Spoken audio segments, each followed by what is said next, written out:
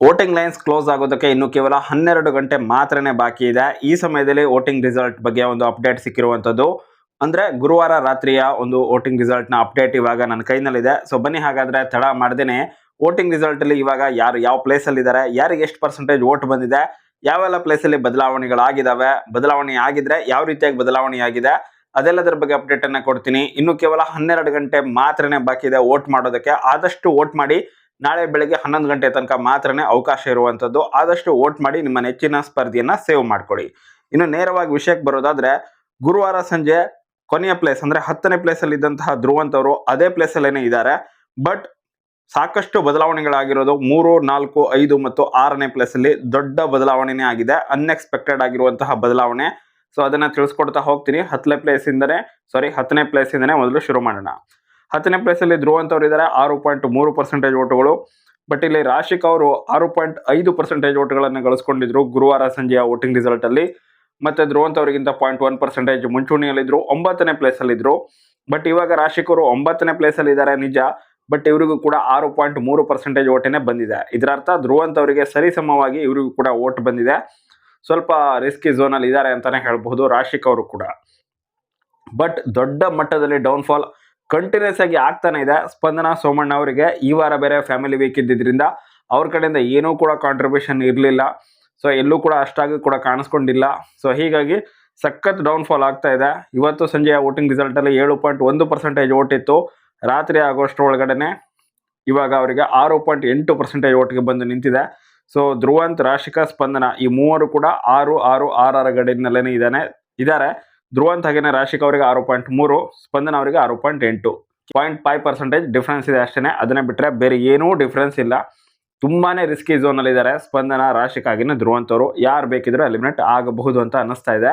ಇನ್ನು ಕೇವಲ 12 ಗಂಟೆ ಮಾತ್ರನೇ ಬಾಕಿ ಇರೋದ್ರಿಂದ ಅಷ್ಟೊಂದು ದೊಡ್ಡ ಮಟ್ಟದ ಬದಲಾವಣೆ ಆಗಿ ಸ್ಪಂದನ ಅವರು ಸೇಫ್ ಝೋನಿಗೆ ಬರೋದು ಸ್ವಲ್ಪ ಕಷ್ಟನೇ ಇದೆ.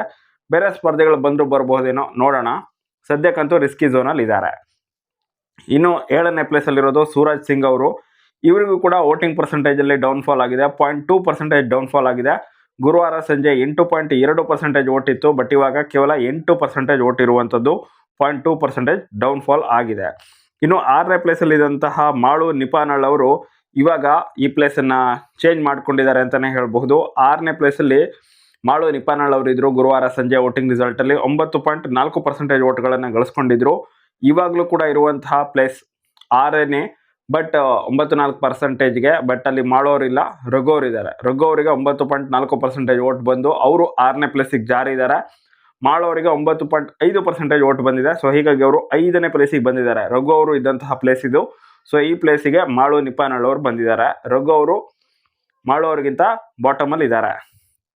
ಇನ್ನು ಧನುಷ್ ಗೌಡ ಅವರು 3ನೇ ಪ್ಲೇಸ್ ಅಲ್ಲಿ ಇದ್ರು. ಅವರು ಇವಾಗ 4ನೇ ಪ್ಲೇಸಿಗೆ ಜಾರಿದ್ದಾರೆ ಅಂತಾನೆ ಹೇಳಬಹುದು. 9.9% ಇದೆ. ರಘು ಮತ್ತೆ ಮಾಳು ಅವರಿಗಿಂತ 0.5% ಜಾಸ್ತಿನೇ ಡಿಫ್ರೆನ್ಸ್ ಇದೆ. ಸ್ಟಿಲ್ ಅವರು 4ನೇ ಪ್ಲೇಸ್ ಅಲ್ಲಿ ಇದ್ದಾರೆ. ಯಾಕಂತ ಹೇಳಿದ್ರೆ ಅಶ್ವಿನಿ ಗೌಡ ಅವರಿಗೂ ಕೂಡ ಸೇಮ್ ಪರ್ಸೆಂಟೇಜ್ ಓಟ್ ಬಂದಿದೆ.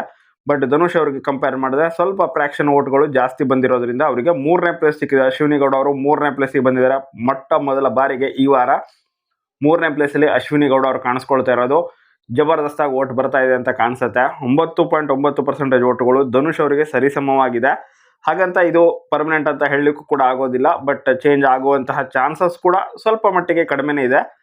ಕೇವಲ 12 ಗಂಟೆ ಮಾತ್ರನೇ ವೋಟಿಂಗ್ ಲೈನ್ಸ್ ಓಪನ್ ಇರೋದ್ರಿಂದ ಚೇಂಜಸ್ ಆದರೂ ಆಗಬಹುದು, ಆಗದೇನೂ ಇರಬಹುದು. ಬಟ್ ಅಶ್ವಿನಿ, ಧನುಷ್, ಮಾಳು, ರಘು ಈ 4 ಕೂಡ 9% ಓಟ್ನ ಆ ಒಂದು ಗಡಿನಲ್ಲೇ ಇದ್ದಾರೆ. 9.4%ಗಿಂತ ಜಾಸ್ತಿ, 9.10 ಅಂದರೆ ಆಲ್ಮೋಸ್ಟ್ 10%ಗಿಂತ ಕಡಿಮೆ RS ಸೆಕ್ಷನ್ ಅಲ್ಲೇ ಇದ್ದಾರೆ. ಅಶ್ವಿನಿ, ಧನುಷ್ ಅವರಿಗೆ 9.9, ಮಾಳು ಅವರಿಗೆ 9.5, ರಘು ಅವರಿಗೆ 9.4. ಸೊ ದೊಡ್ಡ ಡಿಫ್ರೆನ್ಸ್ ಏನಿಲ್ಲ. ಅಷ್ಟೊಂದು ಹೆವಿ ಲೀಡನ್ನು ತಗೊಂಡು ಏನು ಮುಂದೆ ಇಲ್ಲ. ಚೇಂಜಸ್ ಆಗೋ ಚಾನ್ಸಸ್ ಇದೆ. ಸ್ಟಿಲ್ ಇಲ್ಲಿ 6ನೇ ಪ್ಲೇಸಲ್ಲಿ ಮಾಳು ಇದ್ರು, ಅವರಿಗೆ ಇವಾಗ 5ನೇ ಪ್ಲೇಸ್ ಸಿಕ್ಕಿದೆ. ರಘು ಅವರು 6ನೇ ಪ್ಲೇಸಲ್ಲಿ ಇದ್ದಾರೆ, ಮಾಳು ಅವರು 5ನೇ ಪ್ಲೇಸಲ್ಲಿ ಇದ್ದಾರೆ, ಧನುಷ್ ಅವರು 4ನೇ ಪ್ಲೇಸಲ್ಲಿ ಇದ್ದಾರೆ, ಅಶ್ವಿನಿ ಅವರು 3ನೇ ಪ್ಲೇಸಲ್ಲಿ ಇದ್ದಾರೆ ಅಟ್ ಪ್ರೆಸೆಂಟ್ ಅಲ್ಲಿ. ಇನ್ನು ಸೆಕೆಂಡ್ ಪ್ಲೇಸಲ್ಲಿ ಇರುವಂತಹ ರಕ್ಷಿತಾ ಅವರು ಕೊನೆಗೂ 14ರ ಗಡಿಯನ್ನ ಟಚ್ ಮಾಡಿದ್ದಾರೆ. ಬರೋಬ್ಬರಿ 14% ಓಟುಗಳು ರಕ್ಷಿತಾ ಶೆಟ್ಟಿ ಅವರಿಗೆ ಬಂದಿದೆ.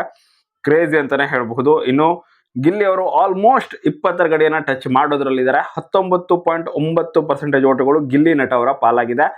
ತೀರಾ ಹತ್ತಿರದಲ್ಲಿದ್ದಾರೆ 20% ಓಟ್ಗೆ. ಸೊ ಇವಾಗ ಓಟ್ ಡಿಫ್ರೆನ್ಸ್ ಅನ್ನು ನೋಡ್ತಾ ಹೋಗೋದಾದ್ರೆ ರಾಶಿಕಾ ಧ್ರುವಂತ್ ಅವರಿಗಂತೂ ಏನೂ ಡಿಫ್ರೆನ್ಸ್ ಇಲ್ಲ. ಇಬ್ಬರಿಗೂ ಕೂಡ 6.3 6.3. ರಾಶಿಕಾ ಧ್ರುವ್ ಅಂತವರಿಂದ ಸ್ಪಂದನ ಅವರಿಗೆ 0.5% ಡಿಫ್ರೆನ್ಸ್ ಇದೆ. ಯಾಕಂತ ಹೇಳಿದ್ರೆ ಸ್ಪಂದನ ಅವರಿಗೆ 6.8% ಓಟ್ ಇದೆ. ಸ್ಪಂದನ ಅವರಿಂದ ಸೂರಜ್ ಅವರಿಗೆ 1.2% ಓಟ್ನ ಡಿಫ್ರೆನ್ಸ್ ಇದೆ. ಯಾಕಂತ ಹೇಳಿದ್ರೆ ಸೂರಜ್ ಅವರಿಗೆ 8% ಓಟ್ ಇದೆ.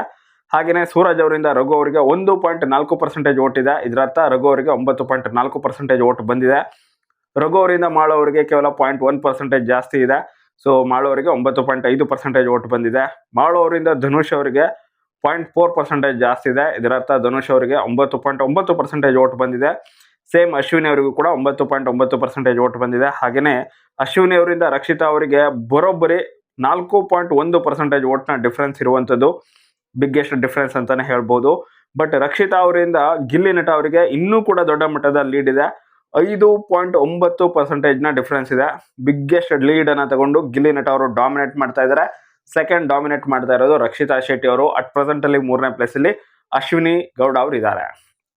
ಸೊ ನೋಡೋಣ ನಾಳೆಯ ಬೆಳ್ಳಂಬೆಳಿಗ್ಗೆ ವೋಟಿಂಗ್ ರಿಸಲ್ಟಲ್ಲಿ ಏನಾದರೂ ಬದಲಾವಣೆ ಆಗುತ್ತಾ ಅಂತ ಹೇಳಿ. ನಾಳೆ ಮಧ್ಯಾಹ್ನ 11 ಗಂಟೆ ತನಕ ಮಾತ್ರನೇ ಅವಕಾಶ ಇದೆ ವೋಟ್ ಮಾಡೋದಕ್ಕೆ. ನಾನು ಇನ್ನೊಂದ್ಸಲ ರಿಪೀಟ್ ಮಾಡ್ತಾ ಇದ್ದೀನಿ. ಯಾಕಂತ ಹೇಳಿದ್ರೆ ತುಂಬ ಜನ ಅಂದ್ಕೊಂಡಿರ್ತೀರಾ ಶುಕ್ರವಾರ ರಾತ್ರಿ 11 ಗಂಟೆ ತನಕ ಟೈಮ್ ಇದೆ ಅಂತ ಹೇಳಿ. ಬಟ್ ಶುಕ್ರವಾರ ಬೆಳಿಗ್ಗೆ 11 ಗಂಟೆ ತನಕನೇ ಮಾತ್ರನೇ ಸಮಯ ಇರೋದ್ರಿಂದ ಆದಷ್ಟು ಬೇಗ ನಿಮ್ಮ ನೆಚ್ಚಿನ ಸ್ಪರ್ಧೆಗೆ ನಿಮ್ಮ ಎಲ್ಲ ಓಟುಗಳನ್ನು ಮಾಡಿ ಆ ಸ್ಪರ್ಧೆಯನ್ನು ಆದಷ್ಟು ಹೆಚ್ಚಿನ ವೋಟಿಂಗ್ ಲೀಡಲ್ಲಿ ಬರೋ ರೀತಿ ಮಾಡಿ. ಗುರುವಾರ ರಾತ್ರಿ ಇವತ್ತು. ಸೊ ಹೀಗಾಗಿ ಬುಧವಾರದಂದು ಬಂದಂತಹ ಟೋಟಲ್ ಕಮೆಂಟ್ಸ್ಗಳೇನಿದ್ದಾವೆ ಅರೌಂಡ್ 250ಕ್ಕಿಂತ ಜಾಸ್ತಿನೇ ಇತ್ತು. 250 270 ಸುಮಾರು ಇದ್ವು. ಅದರಲ್ಲಿ 200ಕ್ಕಿಂತ ಹೆಚ್ಚು ಕಮೆಂಟ್ಗಳು ಗಿಲ್ಲಿಯ ಬಗ್ಗೆ ಇದ್ದಾವೆ. ಹಾಗೆಯೇ 50 ಸುಮಾರು ರಕ್ಷಿತಾ ಶೆಟ್ಟಿ ಅವರ ಬಗ್ಗೆನೇ ಇದ್ದಾವೆ. ಉಳಿದಿರುವಂತಹ ಒಂದು 10 ರಿಂದ 20 ಕಮೆಂಟ್ಸ್ಗಳು ಮಾತ್ರ ಉಳಿದಂತಹ ಸ್ಪರ್ಧೆಗಳ ಬಗ್ಗೆ ಇದೆ ಅಂತ ಹೇಳ್ತಾ, ಇವತ್ತಿನ ಒಂದು ಟ್ರೆಂಡ್ ವಿನ್ನರ್ ಅಥವಾ ಬುಧವಾರದ ಟ್ರೆಂಡ್ ವಿನ್ನರ್ ಕೂಡ ಗಿಲ್ಲಿ ನಟ. ಸೆಕೆಂಡ್ ಪ್ಲೇಸಲ್ಲಿ ರಕ್ಷಿತಾ ಅವರು ಇದ್ದಾರೆ. ಸೊ ಇದು ಅಪ್ಡೇಟ್.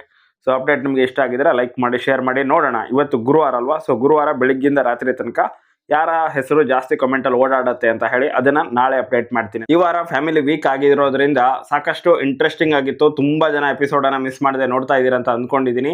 ನಾನು ಈ ವಾರ ಅಷ್ಟೊಂದು ರೆಗ್ಯುಲರ್ ಆಗಿ ಅಪ್ಡೇಟನ್ನು ಕೊಡ್ಲಿಕ್ಕೆ ಆಗಿಲ್ಲ. ನನ್ನದೇ ಆದಂತಹ ಒಂದು ಪರ್ಸನಲ್ ವರ್ಕಲ್ಲಿ ಸ್ವಲ್ಪ ಬ್ಯುಸಿ ಇರೋದ್ರಿಂದ ಜಾಸ್ತಿ ಅಪ್ಡೇಟ್ಗಳನ್ನು ಕೊಡ್ಲಿಕ್ಕೆ ಆಗಿಲ್ಲ. ವೋಟಿಂಗ್ ರಿಸಲ್ಟ್ನ ಬಗ್ಗೆ ಮಾತ್ರನೇ ರೆಗ್ಯುಲರ್ ಆಗಿ ಅಪ್ಡೇಟನ್ನ ಕೊಡ್ತಾ ಇದ್ದೀನಿ. ಸೊ ದಯವಿಟ್ಟು ಆ ಒಂದು ವಿಷಯಕ್ಕೆ ಕ್ಷಮೆ ಇರಲಿ. ಬಟ್ ನಾಳೆ ಟ್ರೈ ಮಾಡ್ತೀನಿ ಆಯಿತಾ. ರೆಗ್ಯುಲರ್ ಆಗಿ ಅಪ್ಡೇಟ್ ಸಿಕ್ಕಿದ್ರೆ ನಾನು ಅದನ್ನು ಅಪ್ಡೇಟ್ ಮಾಡ್ತೀನಿ. ಇಲ್ಲ ಅಂತಂದರೆ ನನ್ನದೇ ಒಂದು ಪರ್ಸನಲ್ ವರ್ಕಲ್ಲಿ ಸ್ವಲ್ಪ ಬ್ಯುಸಿ ಆಗಿದೆ. ಸೊ ಹೀಗಾಗಿನೇ ಇಲ್ಲಿ ವೀಡಿಯೋಸನ್ನು ಅಪ್ಲೋಡ್ ಮಾಡೋದಕ್ಕೆ ಸ್ವಲ್ಪ ಕಷ್ಟ ಆಗ್ತಾ ಇತ್ತು. ಆದರೂ ನಾಳೆ ಟ್ರೈ ಮಾಡ್ತೀನಿ. ಯಾಕಂತಂದರೆ ಇವಾಗ ವಾರಾಂತ್ಯ ಎಪಿಸೋಡ್ ಬರುತ್ತಲ್ವ, ನಾಳೆ ಆಗಿಲ್ಲ ಅಂತ ಹೇಳಿದ್ರು ವಾರಾಂತ್ಯದ ಎಪಿಸೋಡ್ ಬಗ್ಗೆ ಆದಷ್ಟು ಅಪ್ಡೇಟ್ಗಳನ್ನು ಕೊಡುವಂತಹ ಪ್ರಯತ್ನ ಅಂತೂ ಮಾಡ್ತೀನಿ. ಸೊ ನನ್ನ ಪ್ರಯತ್ನ ನನ್ನ ಕಡೆಯಿಂದ ಇದ್ದೇ ಇರುತ್ತೆ. ಬಟ್ ನಿಮ್ಮ ಕಡೆಯಿಂದ ಸಪೋರ್ಟ್ ಬೇಕು. ಸೊ ನಿಮ್ಮ ಕಡೆಯಿಂದ ಆದಷ್ಟು ವಿಡಿಯೋಗೆ ಲೈಕ್ ಬೇಕು, ಶೇರ್ ಬೇಕು, ಹಾಗೆಯೇ ಕಮೆಂಟ್ಸ್ಗಳು ಬೇಕು. ಚಾನಲನ್ನು ಸಬ್ಸ್ಕ್ರೈಬ್ ಕೂಡ ಮಾಡ್ಕೊಂಡಿರಬೇಕು. ಸೊ ಸಖತ್ ಮೋಟಿವೇಶನ್ ಸಿಗುತ್ತೆ ಇದರಿಂದೆಲ್ಲ ಅಂತ ಹೇಳ್ತಾ ವಿಡಿಯೋನ ಮುಗಿಸುವಂತಹ ಸಮಯ. ದಯವಿಟ್ಟು ಸಪೋರ್ಟ್ ಮಾಡಿ ಅಂತ ಇನ್ನೊಂದ್ಸಲ ಕೇಳ್ಕೊಳ್ತಾ ವಿಡಿಯೋನ ಮುಗಿಸ್ತಾ ಇದ್ದೀನಿ. Thank you so much for watching. ಮುಂದಿನ ವಿಡಿಯೋದಲ್ಲಿ ಮತ್ತೆ ಸಿಗೋಣ. ಬಾಯ್.